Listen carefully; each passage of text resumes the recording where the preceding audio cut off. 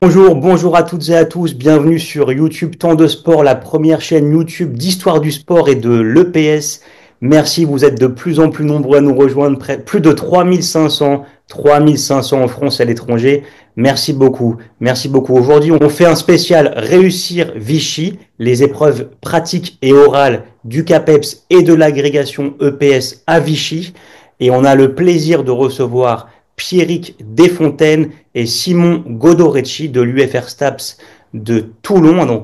Bonjour déjà, bonjour à vous deux. Bonjour Simon, bonjour Pierrick. Bonjour Stanislas. Voilà, bonjour Pierrick. Écoutez, on va faire un spécial Vichy. Alors, pour toutes celles et ceux qui nous suivent, attention, faut pas qu'il y ait d'ambiguïté. C'est pas un cours sur l'histoire du sport sous Vichy. Le lien s'affiche à l'écran. C'est un de mes cours, je vous ai mis le résumé à l'écran, une de mes conclusions de cours magistraux. Là, on fait vraiment comment réussir, comment passer ce step, cette deuxième marche décisive, réussir Vichy. On va rentrer tout de suite dans le vif du sujet, mais avant tout, Pierrick et Simon, est-ce que vous pouvez vous présenter? Alors Pierrick, on a déjà fait une vidéo qui s'affiche à l'écran. On en a fait deux, mais il y en a une qui a bien marché, c'est réussir l'écrivain du CAPEP, c'est de la Greg. Mais est-ce que tu peux te représenter, Pierrick, s'il te plaît? Pierrick Desfontaines, docteur en STAPS, entraîneur de foot, enseignant agrégé à l'UFR STAPS de Toulon. Très bien, merci. Et Simon? Alors moi je suis à plein temps professeur en collège à Saint-Maximin-la-Sainte-Baume et j'ai plusieurs casquettes. J'interviens donc comme tu l'as dit à l'UFR STAPS de Toulon avec Pierrick. Et puis j'ai cette casquette depuis 4 ans maintenant de jury et de pilote aussi depuis 2 ans au niveau de Vichy. Ça fait maintenant 4 ans que je pars à Vichy, à la fois pour le CAPES externe pendant 3 ans et cette année la découverte d'un magnifique concours de l'agrégation interne duquel je reviens là justement il y a quelques jours. Et les résultats sont parus très récemment. Donc voilà, je félicite aussi les nouveaux collègues agrégés à l'interne qui l'ont appris il y a quelques heures, voire quelques jours pour certains. Super, bon, on les félicite. Alors, comment, comment y arriver? Comment réussir Vichy? Premier conseil, Pierrick. Alors, la première chose, c'est que pour réussir Vichy, il faut se mettre dans une mentalité de sportif de haut niveau, avec ou de bon niveau, sportif à son niveau, mais une mentalité de sportif qui s'entraîne dans les conditions du match, dans les conditions de la compétition. On a beaucoup d'étudiants ou de candidats qui travaillent de manière intense, mais de manière décontextualisée. Or, la prestation orale comme physique est avant tout liée à des habitudes, à des repères qui se construisent lors de simulations qui doivent être réalisées en temps réel, donc avec une logique de chronométrage et en conditions réelles, donc avec une pression, avec une personne qui m'observe, qui me juge sur le fond comme sur la forme. Donc on peut être évalué, jugé lors de ces simulations par des collègues, par des enseignants bienveillants, mais aussi par ses proches, parce que nos proches, même s'ils ne sont pas capables d'être précis dans les contenus, vont pouvoir nous donner des retours sur la forme. Donc moi, j'insisterai vraiment sur cette logique de simulation qui est intense, désagréable, mais hyper importante. Ensuite, il faut gérer son temps. C'est-à-dire que le chronomètre, tout comme un entraîneur, le chronomètre doit être le compagnon, et je parle bien du chronomètre, pas du téléphone. Le chronomètre doit être le compagnon de ces simulations pour avoir des repères temporels qui vont largement aider sur les prestations orales à Vichy. Je terminerai avec la dernière semaine qui précède Vichy.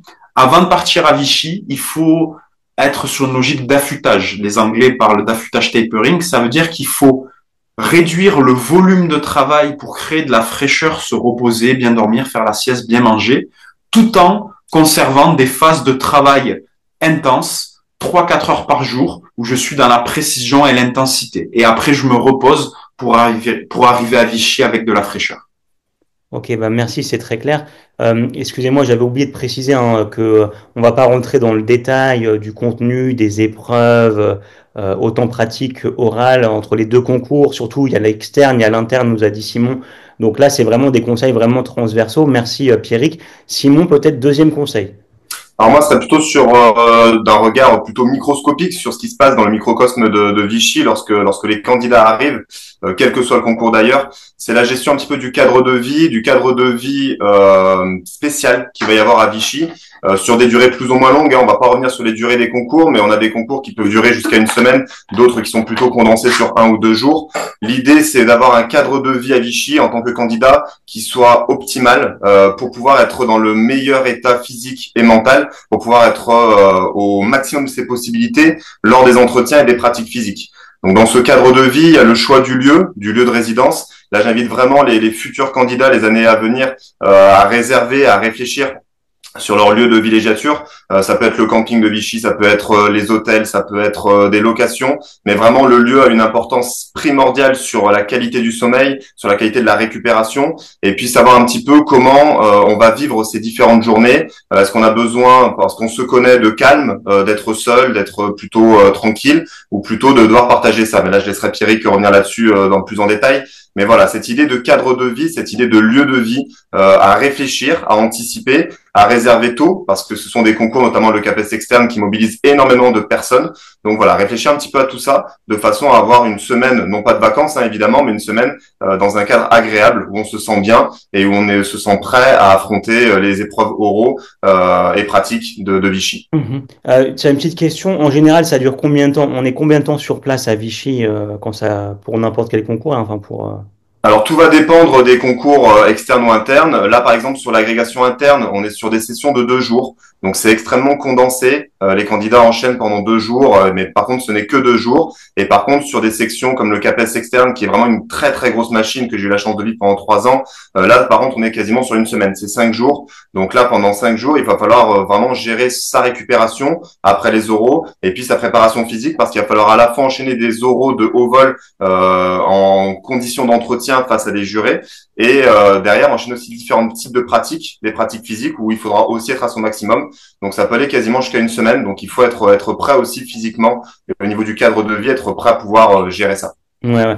Donc ça veut dire que dès la L2, quand on est en filière éducation et motricité, il faut aller assister. En fait, on a le droit hein, d'assister à ces épreuves en tant qu'auditeur, hein, c'est ça, ou Tout à spectateur? fait.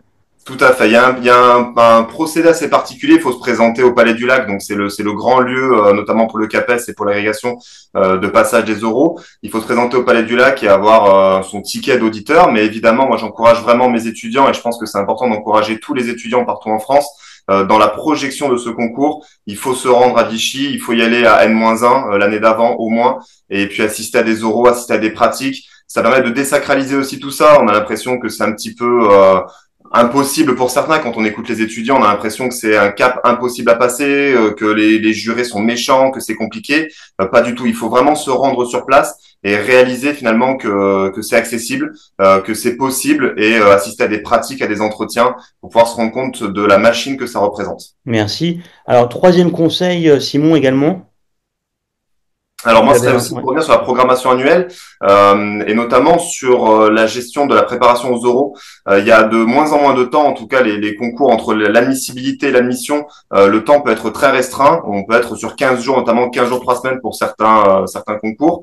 Donc pour moi, il faut vraiment que les candidats, les futurs candidats, les futurs collègues qui passent ces concours préparent les oraux de la façon la plus anticipée possible. Et même si pour certains c'est compliqué à entendre, parce que tant qu'ils sont pas admissibles, ils ont du mal à se préparer à l'admission. Il faut vraiment qu'ils soient dans une logique de dès le mois de septembre, dès le mois d'octobre, dès l'inscription au concours, on commence à préparer les oraux comme si les écrits étaient réussis. C'est-à-dire vraiment pas en se disant je prépare les oraux plus tard, quand j'aurai eu les écrits, quand j'aurai le temps. On n'a jamais le temps. Ce sont des concours qui sont très exigeants et le temps ne viendra pas plus après les écrits. Donc il faut absolument que ces épreuves d'admission, ces oraux, soient préparés le plus tôt possible et qu'on ait des simulations si possible, qu'on ait des préparations à l'entretien, des préparations physiques également qui arrivent très très très très tôt dans la préparation et pas au mois de mars ou au mois d'avril quand les résultats des écrits sont tombés. Entendu, c'est très clair, hein, vraiment merci. Pierrick, le quatrième point peut-être, qui te semble vraiment important. Sur le quatrième point, je vais parler de l'accompagnement. Mhm. Avec Simon, on a beaucoup de plaisir de faire cette vidéo, à faire cette vidéo, pardon, parce que en 2015, non, pardon, en 2018, on a passé l'expérience de Vichy ensemble, donc sur l'agrégation externe. On a appris à se connaître pendant l'année et on a vu qu'on était compatibles, on était complémentaires et compatibles, c'est-à-dire que moi, il y a des amis avec qui je ne voudrais pas aller à Vichy pour passer un concours parce que il me stresserait ou alors il me perturberait. Avec Simon, on était complémentaires. On a appris à se connaître pendant l'année et on a décidé de réserver ensemble un bungalow dans un camping et on avait des rythmes différents. D'ailleurs, on a eu des moments où on se retrouvait à 3 heures du matin devant une cafetière qui coulait et où on se serrait les coudes pour éviter de craquer. Mais on avait préparé ça pendant l'année et on savait qu'on était compatibles pour aller à Vichy. Donc, le quatrième point, c'est finalement avec qui souhaitez-vous partir à Vichy. Certains partent seuls, alors à moins d'être vraiment un solitaire, je suis pas sûr que ça soit une bonne option. Certains partent avec leurs parents, leur famille, leurs copines, leurs copains, c'est une possibilité. En tout cas, il faut essayer de réfléchir à la personne qui va être soutenante, qui va vous aider affectivement, qui va vous aider sur la logistique, qui va aussi être en capacité de vous motiver en cas de coup dur, parce que vous pouvez tout à fait rater la première épreuve et là, vous avez besoin d'une personne qui est mentalement costaud pour vous encourager à ne rien lâcher, parce qu'évidemment, à Vichy, il ne faut rien lâcher. Donc, cet accompagnement, avoir un compagnon de route à Vichy pour conduire à l'aller, conduire au retour et vous accompagner pendant les quelques jours sur place, vous faire la cuisine, vous soutenir moralement, il me semble que c'est fondamental. Très bien, merci, hein. C'est vrai qu'on n'y pense pas, mais en fait, c'est un point qui est crucial, surtout pendant une semaine. Et voilà, et donc Simon, peut-être le dernier, cinquième grand conseil. Alors, le cinquième conseil, ça va rebondir sur ce que dit Pierrick, hein, c'est sur cette gestion du stress et c'est un peu cette préparation mentale, cet état mental dans lequel il faut se retrouver à Vichy. Comme l'a dit Pierrick, ça va reprendre un petit peu tous les points, mais il faut arriver en étant reposé, il faut arriver en étant prêt, en étant affûté, pour reprendre les termes du premier point. Il faut arriver en ayant envie de montrer ce qu'on est, que ce soit à l'agrégation interne, au CAPES interne, au CAPES externe ou à l'agrégation externe. C'est-à-dire aussi de faire preuve de tout ce qui a été travaillé face à un jury qui, je le répète, moi j'ai eu l'expérience, voilà, 3 ans en tant que jury au CAPES externe et cette année à l'agrégation interne.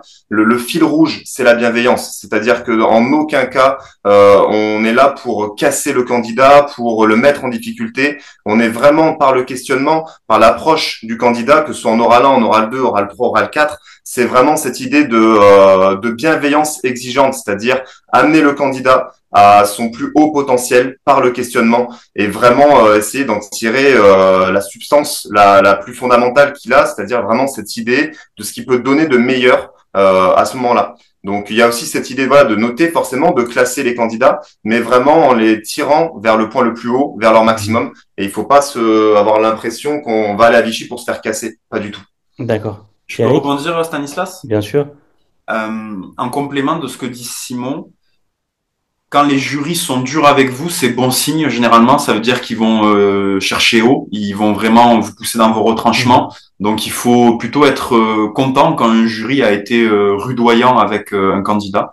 Et ensuite, second point, c'est qu'on n'a pas parlé des épreuves physiques, mais à Vichy, vous avez des épreuves physiques. On est en STAPS, il faut arriver prêt physiquement, avec une préparation physique, une gestion de son corps. Il faut savoir se gérer si jamais je me blesse, si jamais je me fais une entorse. Il faut arriver en bonne forme. Il faut pas arriver avec une grosse fatigue, avec des problèmes musculaires. Donc il y a vraiment une logique de préparation physique et mentale, et le tout forme un ensemble holistique qu'il faut prendre en compte sur une temporalité assez longue.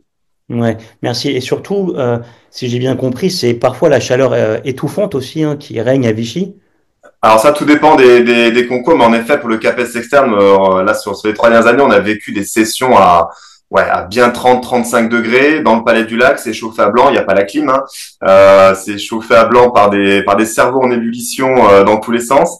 Et il peut vraiment faire très très chaud sur les épreuves physiques également. Et à l'inverse, sur l'agrégation interne, alors cette année, on a eu une très belle météo, mais il y a 2 ans, il y a eu de la neige, quoi. Donc, il faut aussi se préparer en termes de météo, à avoir un peu tout, avec un climat un peu continental, une bulle de Vichy. Donc, il faut se préparer à tout ça. Et c'est vrai que c'est très important d'arriver prêt mentalement et physiquement à ces épreuves. Ouais, j'imagine qu'il y a une question aussi d'équipement, hein, surtout pour les épreuves, pour les pratiques. Tu parles de neige, tu parles de canicule, donc voilà, il faut vraiment anticiper, s'adapter. Très bien. Moi, j'ai une question à vous poser pour finir. Pour finir cette vidéo qui pour moi est déjà une vidéo d'utilité publique, hein, qui va aider beaucoup de candidats, ça j'en suis sûr, et de candidates. Est-ce que pour vous il faut travailler ces points forts ou ses points faibles? Je te laisse répondre en premier. Je dirais, pour ma part, qu'il faut mettre le paquet sur ses points forts. Et avec Simon, on a passé de nombreux concours et moi j'ai obtenu des bons classements dans des concours où je me suis fait cartonner fortement sur des points faibles, mais en ayant insisté fortement sur mon ipséité, c'est-à-dire ma singularité, mon axe majeur, mon ADN, j'ai réussi à performer. Donc je mettrai vraiment le paquet sur mes points forts tout en limitant c'est à hauteur de 80% points forts, 20% limiter la casse sur les points faibles. En tout cas, ça c'est mon avis, ça engage que moi. Mhm. Et Simon? Alors moi j'ai un avis un petit peu différent qui a moins bien marché objectivement en regard du classement par rapport à Pierrick, j'ai fini derrière, mais en tout cas sur le travail des points forts, points faibles, moi j'ai fait le choix de choisir le step par exemple. Je partais d'un niveau zéro, vraiment totalement débutant et pour autant une grosse progression en step au cours de l'année parce que j'ai vraiment mis le paquet justement sur ces points faibles. Donc finalement un avis un peu divergent. Moi je suis d'avis plutôt de travailler ses points faibles tout en essayant de maintenir ses points forts à un niveau constant. Mais voilà, c'est deux avis différents. Je pense que Mhm. les deux sont En recevables. pourcentage, tu dis. Mais en pourcentage, 30% sur les points forts et 70% sur les points faibles de mon côté. En tout cas, c'est la stratégie que j'ai mis en place pour pouvoir justement essayer de sauver un gros carton attendu en step notamment et qui finalement s'est transformé en une très bonne note. Ah, très bien. Bah, après, ouais, ce qui est intéressant, c'est que chaque personne qui nous écoute doit avoir sa propre stratégie. Moi, pour vous le dire, quand je suis arrivé en STAPS en L1, là, c'est pas le concours hein, du CAPES parce que je l'ai pas. Moi, je suis parti sur un doctorat, comme Pierrick d'ailleurs. Mais moi, quand je suis rentré en STAPS avec mon bac littéraire en 2000, il y a 25 ans, si j'avais voulu rattraper mes points faibles, qui étaient la biomécanique, les neurosciences, la physio, je serais jamais passé en seconde année. Idem pour le niveau, en fait, à l'époque, en tout cas, demandé en pratique physique, c'était trop dur. Donc, j'ai misé sur mes qualités qui étaient plutôt qualités littéraires, histoire, sociaux, psycho, tout ce qui m'intéressait, et surtout les théories et la didactique des APSA, où là, je savais que je pouvais aller chercher des points. Voilà, et oui, et comme Pierrick, je limitais la casse là où je pouvais, mais je j'ai pas mis trop d'énergie dans les matières qui en plus m'intéressaient pas. Mais là, pour le cadre d'un concours, c'est quand même différent. En tout cas, je voudrais vous remercier sincèrement pour voilà, pour vos 5 conseils. Peut-être un petit mot pour finir. Alors, un petit mot, voilà, vous, futurs candidats, si vous regardez cette vidéo, vraiment, vous préparez un concours exigeant, mais un concours qui va vous changer, qui va vous faire grandir, qui va changer votre approche du métier, que ce soit pour l'agrégation, pour l'interne, pour l'externe. C'est vraiment un magnifique concours. Moi, j'ai plaisir à retourner à Vichy chaque année, et ça reste un concours très exigeant, mais à la fois bienveillant et qui fait avancer, que ce soit une réussite ou pas. C'est un concours, un magnifique concours, et vraiment, allez-y à fond. Merci Pierrick. Moi, je dirais deux choses. La première, c'est que le diable est dans les détails. Voilà, la gestion de son costume, la gestion de son estomac, qu'est-ce que je mange, voilà, des petits détails comme un sportif que je dois préparer à l'entraînement. Et la deuxième chose, c'est que la logique des concours, tant qu'on y est, on est sur un élan où on peut enchaîner, pourquoi pas une belle réussite à l'externe du CAPEPS, enchaîner sur la grecque externe. Voilà, il faut essayer de profiter d'un élan et ne pas se donner de limites. Très bien, mais c'est vraiment merci beaucoup pour cette belle vidéo. Merci beaucoup. Je voudrais vous remercier. Je remercie toutes celles et ceux qui ont qui ont regardé aussi cette vidéo. N'hésitez pas à commenter, liker, partager, vous abonner gratuitement évidemment à la chaîne YouTube Temps de Sport. 3500 abonnés en France et à l'étranger. Et puis si vous avez aussi des idées de thèmes avec Pierrick, Simon et d'autres intervenants, hein, notamment en EPS, vous pouvez bien sûr les laisser en commentaire.